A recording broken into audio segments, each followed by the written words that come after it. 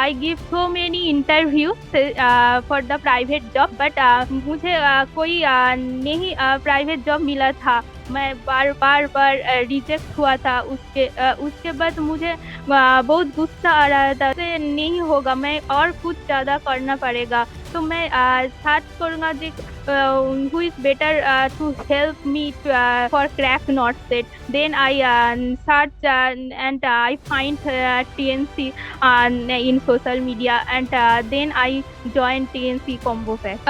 Video MCQ वैसे जो rational था वो बहुत अच्छा था, मजा आ गया मतलब।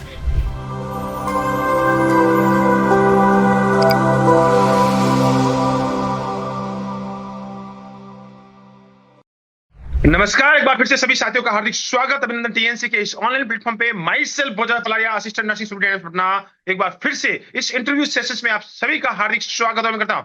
आज हम एक ऐसी स्टोरी जानने वाले हैं जहां से आपको बहुत सारी चीजें सीखने को मिलने वाली है। इस इंटरव्यू सेशंस को देखने के बाद आपको ऐसा लगेगा कि यार एक रिजेक्शन मिलता है तो कैसे सक्सेस में कन्वर्ट होता है। तो बहुत सारी चीजें आज जानने वाले हैं। तो सबसे पहले तो बहुत बहुत बधाई और शुभकामनाएं राजाश्री नैया जी। Thank you sir. एक बहुत ही बड़ी सक्सेस हासिल की है, ऑल इंडिया रैंक 83। कैसा लग रहा है? मुझे बहुत अच्छा लग रहा है सर। रिजल्ट आने के बाद मुझे बहुत अच्छा लग रहा है। बहुत ही जबरदस्त। वो आपके चेहरे की खुशी झलक रही है कि एक यस बहुत सर। ही बढ़िया रैंक हासिल हुई है और बहुत ही शानदार। आज हम आपसे यस बहुत सर। सारी चीजें जानेंगे कि किस प्रकार से मेहनत की जाती है, किस प्रकार से सक्सेस ली जाती है, किस प्रकार से तैयारी की जाती है और इस तैयारी को किस प्रकार से एक रैंकर्स में कन्वर्ट किया जाता है। वो सारी चीजें हम आपसे जानने वाले हैं। तो इस इंटरव्यू की शुरुआत करेंगे आपके अपने इंट्रोडक्शन से। Sir, I am Rajasthi Naya. I am from West Bengal, Kolkata, and I completed my BSc Nursing in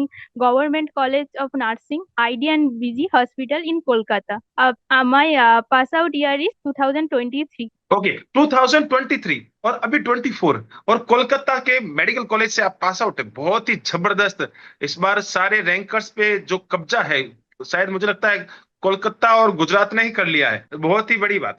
अब मैं बात करना चाहता हूं कि Yes. जब आपने पास आउट हुए तो उसके बाद की जो जर्नी है, उसके बाद आपने कब सोचा कि मुझे नौ सेट की तैयारी करनी है? फर्स्ट ईयर में सोच लिया, सेकेंड ईयर में सोच लिया, या थर्ड ईयर या फोर्थ ईयर में, या किस प्रकार से आपके दिमाग में आया कि मुझे एम्स में जाना है? नहीं सर, मुझे first year, second year, third year, even fourth year में बेसिक तैयार कर रखा हूँ। बट मुझे कोई भी कभी भी सोचा नहीं था मैं एम्स जाना पड़ेगा।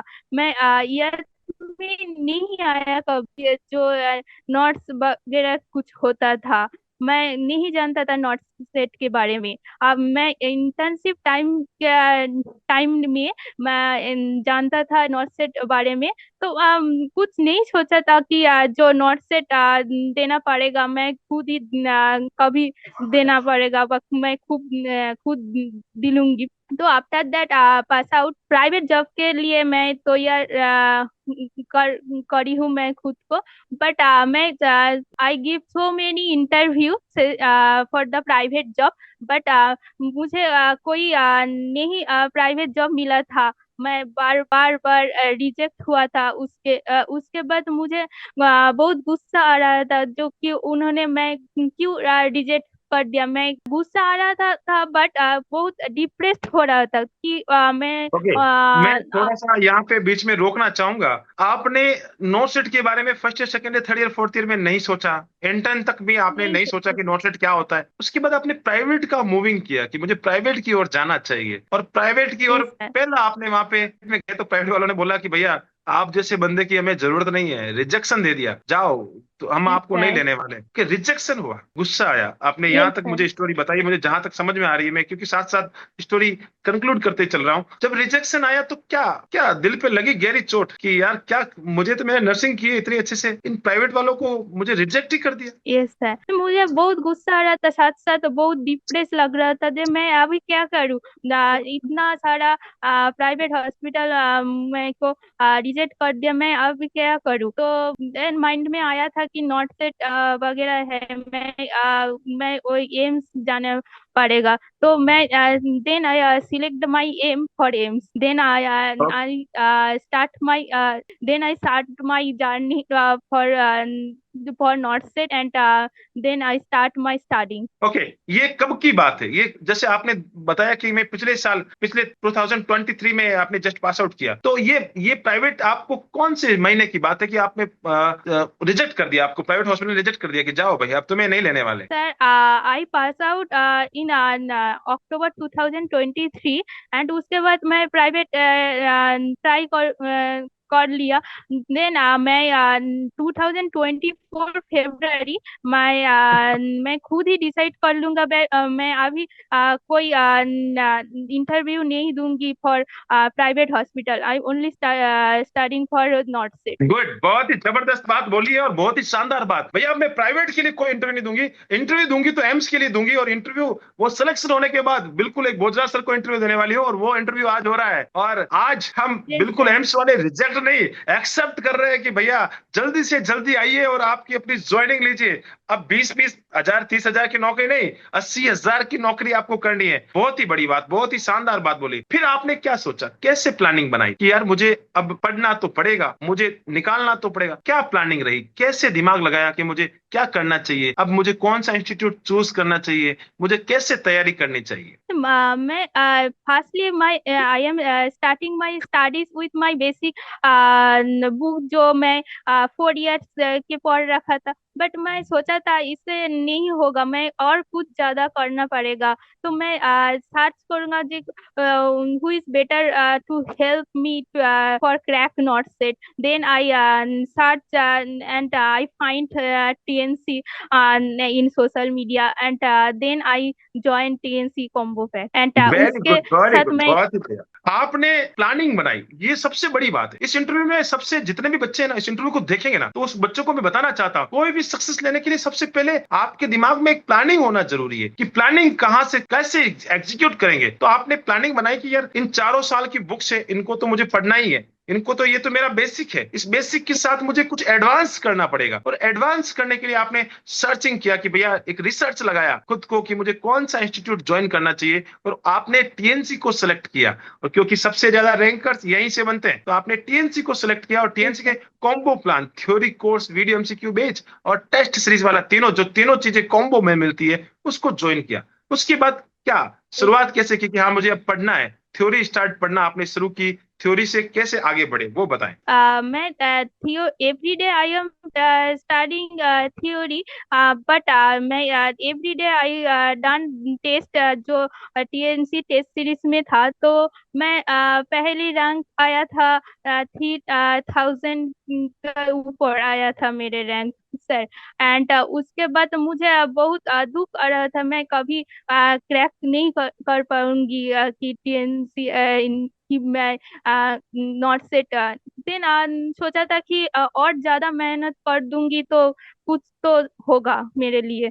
तो सर मैं continuous starting with TNC, and after that मुझे एक दिन ना मेरे रैंक आया था अंडर 1000। तो मुझे बहुत खुश हुआ था कि जो मैं 1000 के अंडर आया था। तो उस दिन में मतलब मुझे बहुत खुश आ रहा था। मैं एक्सप्रेस नहीं कर पाऊंगी। देन मैं और ज्यादा मेहनत कर दूंगी तो मैं रैंक आया था कि 500 के अंदर। तो इसके साथ मैं कंटिन्यूअस करा था, एंड उसके बाद मैं ऐसे रिजल्ट आया बहुत था। ही जबरदस्त, आपकी स्टोरी बहुत ही ज्यादा मोटिवेशनल स्टोरी है, और बिल्कुल एक बहुत ही शानदार। पहले पास आउट होने के बाद प्राइवेट की रुख किया, प्राइवेट में रिजेक्शन मार दिया, भैया तुम्हारी जरूरत यहाँ नहीं है, तुम्हारी जरूरत एम्स में है। तो वो शायद ऐसा नहीं सोचे होंगे, मुझे पता है वो सोचे होंगे कि यार इस लड़की को कुछ नहीं आता, इसको बाहर निकालो। तो उन्होंने बाहर आपको रिजेक्शन की लिस्ट में डाल दिया। फिर आपको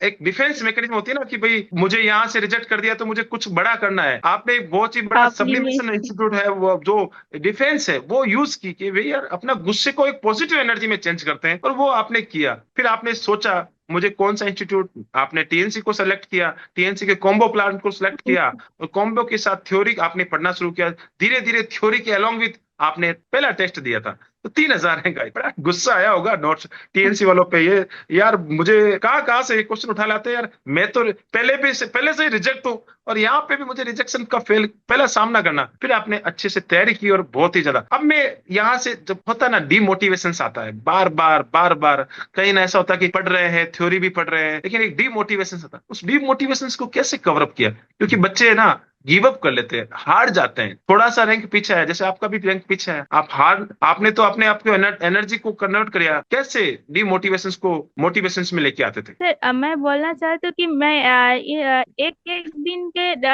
रैंक में पीछे चल जाता था। एक दिन मेरे को रैंक आया था 500, एक दिन आया था 400, और एक दिन आया था 800। तो उस टाइम के मुझे बहुत दुख लग रहा था। तो मैं यही सोचा था, मैं इट शेयर इट शेयर कर दूंगा मेरे पापा के साथ। एंड उन्होंने बोला था कि बेटा पढ़ लूंगी और ज्यादा पढ़ लूंगी, और सब कुछ सही होगा, ठीक होगा ना, मुझे तुमको पर भरोसा है। तो इससे मुझे बहुत पॉजिटिव पॉजिटिव मिला था। तो मैं कंटिन्यूअस मेहनत जारी रखी है, and then I get result. पहले तो मैं इस सेंटेंस से मुझे एक चीज समझ में आई है। सबसे पहले तो मैं थैंक यू करना चाहता हूँ आपके मदर फादर का, जिन्होंने आपकी बेटे यस के साथ, सर। देखो बहुत बड़ा है, देखो मैं इतने सारे इंटरव्यू कर रहा हूँ तो मुझे एक चीज तो सामने आ रही है, और इस इंटरव्यू को मैं बोलूंगा कि जो बच्चा देख रहा है अपने पापा मम्मी को जरूर जरूर दिखाए। यहाँ पे एक बहुत ही बड़ी चीज निकल के आती है, फैमिली सपोर्ट बहुत बड़ा है, फैमिली सपोर्ट बहुत बड़ी चीज है। पापा हमेशा साथ रहे हैं आपके कि बेटा तुम हमेशा सिलेक्शन ले लोगी, तुम्हारी रैंक ऊपर नीचे आ रही, डरो मत, टीएनसी के साथ आप थ्योरी पढ़ रही है, डरो मत, आप अच्छे से कर लोगे, टीएनसी से आपने थ्योरी पढ़ी है, यहाँ से ही रैंकर्स बनने तो आप भी कुछ ना कुछ बड़ा कर लोगे। ये बहुत ही बड़ा, इस प्लेटफॉर्म के माध्यम से मैं आपके फादर मदर को हाथ जोड़ के थैंक यू देना चाहूंगा। इस वीडियो को जरूर आप देख रहे हैं तो आपका बहुत बहुत धन्यवाद, इस इंटरव्यू के माध्यम से मैं प्रेषित कर रहा हूँ, बहुत बहुत थैंक यू सो मच। अब मैं आपसे एक चीज पूछना चाहता हूँ, शेड्यूल, बच्चे जानना चाहते हैं कि टॉपर्स कितने घंटे पढ़ता था, क्या शेड्यूल रहता था आपका दिन भर? सर मुझे कोई फिक्स शेड्यूल नहीं था कि मैं इस दिन 12 आवर्स पढ़ लूंगी, और ज्यादा 8 आवर्स 20 आवर्स पढ़ लूंगी। मैं इससे कोई भरोसा नहीं था कि एक फिक्स होना चाहिए। मैं शेड्यूल तैयार करी थी मैं इस दिन हिसाब के कि मैं क्या रिक्वायर्ड था, मैं खुद को कितना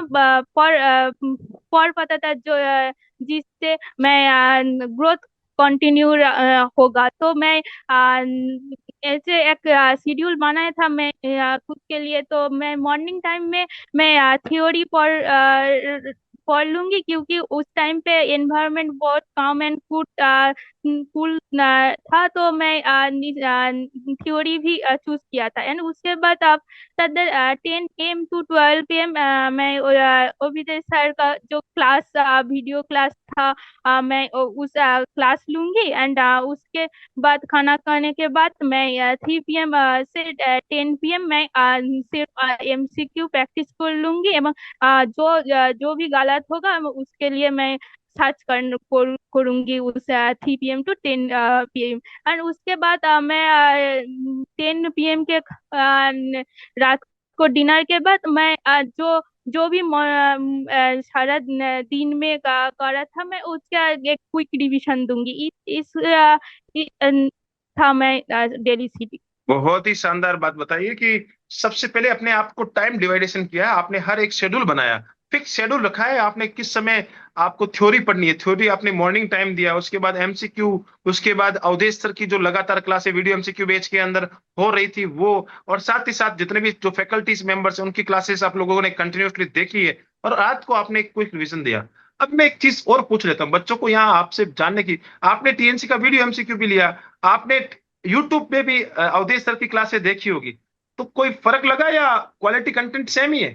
से नहीं, कोई कुछ भी मैं 1% ही नहीं फर्क लग रहा था कि वो भी कंटेंट के में सो हाई था। जो वीडियो क्लासेस में था वो भी यूट्यूब के था। तो बहुत दोनों में बहुत help here the man. Okay, बहुत ही शानदार क्वालिटी कंटेंट। टीएनसी हमेशा क्वालिटी पे भरोसा करती है, एक बहुत ही कंसिसाइज और बहुत ही शानदार कंटेंट देने में भरोसा करती है, चाहे वो यूट्यूब पे हो चाहे कहीं पे भी हो। हम लोग क्वालिटी पे भरोसा करते हैं कि हम चाहते हैं कि बच्चों को क्वालिटी दे, और वो थ्योरी कोर्स के अंदर भी हमने पूरा एक क्वालिटी दी है। हमने बच्चों को एम्स तक पहुंचाने का एक रास्ता बनाया कि भैया किस प्रकार से ये रास्ता एम्स तक पहुंचेगा, और उसके लिए हमने पूरी मेहनत की, और उसी मेहनत का नतीजा है कि आज हमारे साथ रैंकर्स, लगातार टीएनसी रैंकर्स पे रैंकर्स बनाती जा रही है, और उसमें से एक रैंकर्स और है। चलो मैं बात करता हूं कि लगातार आप अवधेश सर की क्लासें देख रही थी, आर्यन सर की क्लासें देख रही थी, और लगातार आपने थ्योरी अर्जुन सर की सारी क्लासें आपने देखी है, तो सबसे इससे बेस्ट टीचर, मजा आता ना कि फेवरेट टीचर, बेस्ट तो सारे ही है, लेकिन फेवरेट टीचर कौन कौन थे? सर बेस्ट सारे टीचर्स हैं, एंड माय फेवरेट टीचर है सर, दोनों सर है। एक Abhidesh sir, and second is R N Suresh sir. दोनों में दोनों सर ही मैं बहुत अच्छा लग रहा था। बहुत जरूरी है, क्योंकि जब पूरी टीम होती है ना, तो बहुत सारे लोग अलग अलग टीचर होते हैं, उसमें से फेवरेट बन जाता है कि यार ये तो मुझे, एक बच्चा उसकी कॉपी करने लगता है कि यार ये मुझे भी इन सर की तरह बनना है। तो आपको दो सर के नाम याद रहे हैं, बहुत ही अच्छी बात है और बहुत ही शानदार। अब मैं बात करूंगा, बहुत सारी चीजें और भी लेके आपके लिए लेके आया हूं मैं, और कौन कौन सी ऐसी बुक्स रही है यहाँ तक पहुंचाने में आपको मदद की है? सर मैं फर्स्ट स्टार्ट किया था बेसिक बुक्स के साथ, like P R Jadav, target high, Preeti Agarwal, and उसके मैं टू और थ्री टाइम्स रिवीजन किया। उसके होने के बाद मुझे हम कॉन्फिडेंस मिला, एंड उसके बाद मैं सॉन्डर्स पहले पढ़ा था, एंड उसके बाद मैं मौसवी का क्वेश्चन कर रहा था। ओके, पहले आपने बेसिक बुकों को इस्तेमाल किया। बेसिक बुकें मार्केट के अंदर तीन ही बुकें हैं अभी, लगातार तीन बुकें ही अब उसका प्रचलन चल रहा है नर्सिंग के अंदर। आपने पहले पी आर यादव पढ़ा, टारगेट हाई पढ़ा, उसके बाद आपने जो बेसिक बुक है प्रीति अग्रवाल है, तीनों चीजों को आपने पढ़ा। उसके बाद आपने बड़ी जो बुकें हैं एनक्लेस की बुकों पे आपने आपने आपको रेफर किया। उसके साथ साथ आप टीएनसी का थ्योरी कोर्स आपने पूरा ले रखा था, वीडियो एमसीक्यू, और उसके बाद आप सारी चीजें कर रही थी। अब मैं बात करना चाहता हूँ वीडियो एमसीक्यू बेच के बारे में। कैसे लगे आपको टीएनसी के वीडियो एमसीक्यूज, जो वीडियो रेशनल्स? वीडियो एमसीक्यू पे जो रेशनल था वो बहुत अच्छा था, मजा आ गया। मतलब मैं जो भी नहीं समझ में आए नहीं आए, वो एक बार देख लूंगा, तो क्लास लेने के बाद मैंने बहुत अच्छे से समझ पाया। ओके, वीडियो बेस से आपको बहुत ज्यादा मदद मिली है, उसके बारे में आप बता रहे हैं कि मुझे वीडियो एमसीक्यू से बहुत ही ज्यादा हेल्प हुई है। मैं एक्चुअली क्या है, बहुत सारे सवाल लिख के लाता हूँ, बहुत सारे कमेंट्स जो मेरे पास आते हैं ना, उन्हीं में से मैं आपको सामने एक एक सवाल लेके आता हूँ। तो या लास्ट में मेरा एक बच्चों का सवाल है कि सर, टॉपर से पूछा जाए, वेटेज पूछा जाए कि हम थ्योरी पढ़ रहे हैं और थ्योरी के साथ साथ हमने एमसीक्यू भी निकाले हैं, लेकिन हमने थ्योरी कंप्लीट कर ली है। आपने टीएनसी से दोनों चीजें की है, थ्योरी भी पढ़ी है, वीडियो एमसीक्यू भी पढ़ा है, टेस्ट सीरीज भी दिया है। तो बच्चे पूछना चाहते हैं कि हमने थ्योरी पढ़ ली है, तो क्या हमें वेटेज क्या देना चाहिए? ज्यादा एमसीक्यू पे वेटेज दें, ज्यादा थ्योरी पे वेटेज दें, क्या करना चाहिए? फर्स्ट थ्योरी तो पढ़ना ही पढ़ना होगा, क्योंकि वही मेरा वो हमारा बेस था। तो उसके बाद it is very important why you applied your theory, and MCQ is help you to apply your theory, and if you practice more MCQ, then your accuracy will high time के कुछ time के बाद। सो बहुत ही MCQ जबरदस्त बात। Practice करना ही पड़ेगा। बिल्कुल। मैं अगर आपको परसेंटेज के अंदर ले जाऊं कि आप थ्योरी इधर है और एमसीक्यू इधर है, तो क्या परसेंटेज देना चाहेंगी? स्टार्टिंग में तो दोनों मैं प्रेफरेंस करूंगी कि थियोरी 70% पहले रखा था, and 30% MCQ, and when you cover the all theory, then percentage of the theory will be decrease, and percentage of the MCQ will be high then. बहुत ही जबरदस्त, बहुत ही शानदार और बहुत ही जबरदस्त टिप्स बताई आपने कि जब मैं स्टार्टिंग में थी तो 70-30 का रेशियो, 70% थ्योरी कर रही थी, 30% एमसीक्यू कर रही थी। लेकिन जब मेरा थ्योरी पक्का हो गया, मैंने टीएनसी के साथ थ्योरी देन कर लिया, उल्टा हो उसके गया। बाद ये रेशियो इनवर्स हो गया, उल्टा हो गया। मैंने 70% हाँ। एमसीक्यू पे फोकस करना शुरू कर दिया था, और 30% वापस से वहां पे। तो इसका मतलब ये है कि बच्चा गलती ना करे। बच्चा यहाँ पे बहुत बड़ी गलती कर देता है कि सर मैं सिर्फ थ्योरी पढ़ूंगा, थ्योरी। अरे भैया, थ्योरी पढ़ने से कुछ नहीं होता, थ्योरी के साथ एमसीक्यू बहुत ज्यादा इंपॉर्टेंट है। और एमसीक्यू का रोल, हाँ। सबसे बड़ा इंपॉर्टेंट रोल आपके साथ यहाँ पे आ जाता है और बहुत ही शानदार चीज बताई है। अब मेरा सवाल और ज्यादा मेरे चीजें मन में आ रही है और मैं पूछना चाहता हूँ, हाँ कितने क्वेश्चन अटेम्प्ट किए हाँ। थे आपने प्रीलिम्स में? प्रीलिम्स में सर लगभग मैंने अटेम्प्ट किया था 70 अप मैं अटेम्प्ट किया। मेंस की बात बता दीजिए, मेंस में कितना क्वेश्चन अटेम्प्ट किया था? मेंस में सर लगभग मैं अटेम्प्ट किया था 135 प्लस। ओके, 135 प्लस आपने अटेम्प्ट किए, कितने गलत हो गए आपके? गलत हुआ लगभग 15 क्वेश्चन गलत हुआ। 15 to 16 क्वेश्चन गलत हुआ। 15 से 16 क्वेश्चन। अभी आपने रिपोर्ट कार्ड अगर अच्छे से मुझे जरूर जरूर भेजिएगा। 15 से 16 क्वेश्चन आपने गलत कर दिया और उसके बाद आपने कंटिन्यूसली रखा है। अब मेरा एक सवाल है माइनस मार्किंग पे लेके, क्योंकि थ्योरी पढ़ना मैं मानता हूं कि बहुत ही अच्छी बात है, थ्योरी अच्छी चीज है, लेकिन क्वेश्चन सॉल्व करना एक आर्ट है, एक कला है। इस कला में जो हाँ बच्चा क्वेश्चन सॉल्विंग इसे आर्ट, जैसे आप आर्यन सर हमेशा बोलते हैं, आर्यन सर को आप यस सर, लगातार आपके फेवरेट है, तो माइंड में आया सॉल्विंग था। बिल्कुल माइंड में आया था कि आप- क्वेश्चन।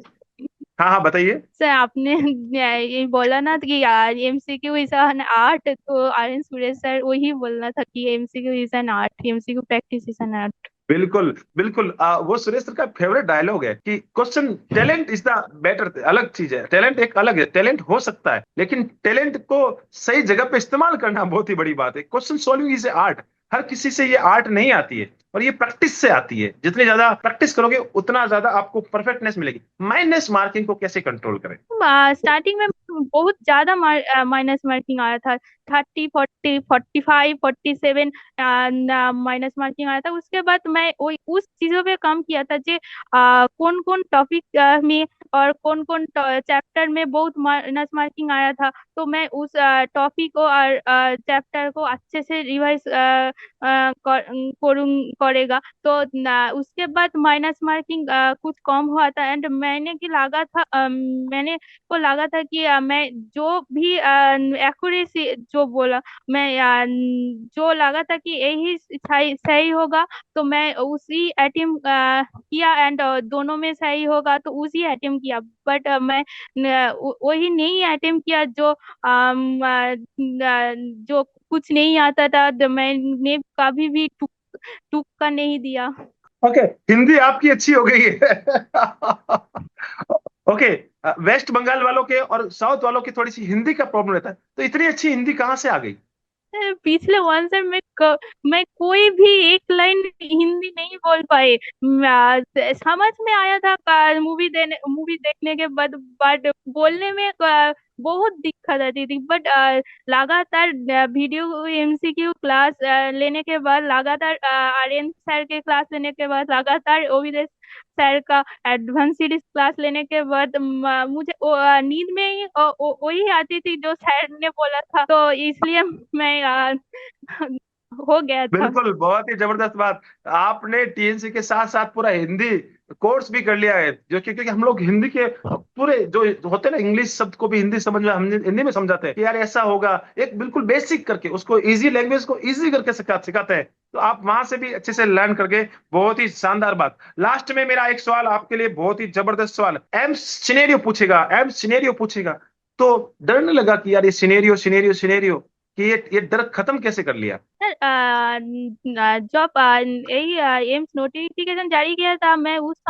संबंध की जाना था। वही टीएनसी टेलीग्राम चैनल पर नोटिफिकेशन आया था कि जो एम्स वगैरह जो यही चेंज किया था। तो मुझे कोई फर्क नहीं पड़ा था। क्योंकि टीएनसी स्टेज सीरीज वही हिसाब से खुद ही चेंज कर दिया। तो मुझे कोई अलग करके कुछ चेंज नहीं कर पाए। वो मैं डीएनसी के अच्छे से भरोसा भरोसा रखा था। तो इसलिए मैं सब कुछ सही हो गया। बिल्कुल भाई, सिनेरियो लाए, एम्स जो लाना है वो लेके आए, मुझे भरोसा है टीएनसी पे। और जब ऑल इज वेल वाली थ्योरी आपने अपना ली, मुझे टीएनसी पे भरोसा है कि भैया टीएनसी कोई भी पैटर्न एम्स लेके आ जाए, उससे पहले से ही टीएनसी तैयार है, चाहे वो सिनेरियो पैटर्न लेके आए, चाहे वो 40 मिनट्स या 45 मिनट्स में 40 क्वेश्चंस वाला लेके आए, 18 मिनट्स में 20 MCQ लाए। जब भी ये एम सोचता है ना, उससे पहले टीएनसी टीम सोच लेती है, और उससे पहले हम पूरा प्लान करके तैयार रहते हैं कि हाँ भाई ऐसा हो सकता है। और वही प्लान जब जब एम्स ने एकदम से चेंज किया था, शेड्यूल ऐसे आएगा 18 मिनट में 20 MCQ, टीएनसी तैयार थी, पहले से तैयार है, सेकेंड डे ही हमने इंप्लीमेंट कर दिया। अब की बार एम्स ने फिर से सोचा और कुछ बड़ा करते हैं, 45 मिनट्स में, सॉरी 40 MCQ, टीएनसी तैयार है, कोई डरने वाली बात ही नहीं है। उसके बाद सिनेरियो, टीएनसी तैयार है, डरने वाली जरूरत है। और आपने बोला कि मुझे कोई डर ही नहीं लगा, क्योंकि टीएनसी है तो भरोसा है, और टीएनसी हाँ। हमेशा मेहनत करती है और साथ ही चलती है। लास्ट में मेरा एक बहुत इंपॉर्टेंट सवाल, क्या सजेशन देना चाहिए जो बच्चा इस समय बिल्कुल कुछ नहीं आ रहा, आप ही की तरह बिल्कुल खाली था, बिल्कुल एकदम बिल्कुल टेंशन फ्री, इस समय तैयारी चाहता है कि मैं तैयारी करूं जीरो से लेके अब मैं हीरो बनने की कोशिश करूंगी, क्या सजेशंस देना चाहिए, क्या गाइडेंस देना चाहिए कि किस प्रकार से वो आप ही की तरह टीएनसी के साथ लगातार बना रहे, कंटिन्यूसली स्टार्ट करे, उसको क्या गाइडेंस देना चाहिए? पहले आप खुद डिसाइड कर लो आपका एम एम क्या था। आपका एम कौन एग्जाम के लिए था, आपका एम क्या था। तो उसके बाद आप basic start with basic books and then also join the TNC combo pack test series video classes, and I I am sure it helps you a lot. Thank you so much, बहुत ही बढ़िया और बहुत ही शानदार guidance. पहले अपना M fix करो, पहले अपना जाना कहाँ है भैया, ऐसे नहीं है कि बस चल दिए, ऐसे नहीं। आपको सेंट्रल एम्प्लॉय बनना है, 80,000 का एम्प्लॉय बनना है, बनना है तो बनना है, ठान लिया तो ठान लिया। अब कितनी बाधाएं आएगी वो देखा जाएगा। सबसे पहले उसको एम को फिक्स करना है, और उसके बाद आपको इस जर्नी तक लेके कौन जाएगा, उसका रास्ता तय करने वाला टीएनसी का साथ आपको ज्वाइन करना है। टीएनसी के साथ आपने थ्योरी कोर्स को, कॉम्बो प्लान को ज्वाइन किया, थ्योरी के साथ साथ आपने नोट्स बनाने शुरू किए, और उसके बाद लगातार बेसिक बुक्स और टीएनसी की टेस्ट सीरीज और वीडियो एमसीक्यू बैच आपने लगातार फॉलो किए, और यहां तक आप पहुंच पाए। तो टीएनसी परिवार की तरफ से आपको बहुत बहुत बधाइयां, बहुत ही अच्छा इंटरव्यू रहा, आपने बहुत सारी चीजें बच्चों को बताई, उसके लिए बहुत बहुत धन्यवाद। ऐसे ही आप अपना नाम, साथ ही साथ अपने माता पिता का नाम, जिस धरती से आते हैं वेस्ट बंगाल, उस धरती का नाम, जितने भी गुरुजन जो आपको कॉलेज में पढ़ाए और यहां तक लेके आए, उन सारे के सारे गुरुजनों का नाम, और साथ ही साथ टीएनसी का नाम रोशन करते रहे। जय हिंद, जय भारत, वंदे मातरम। Thank you so much. नमस्कार सर।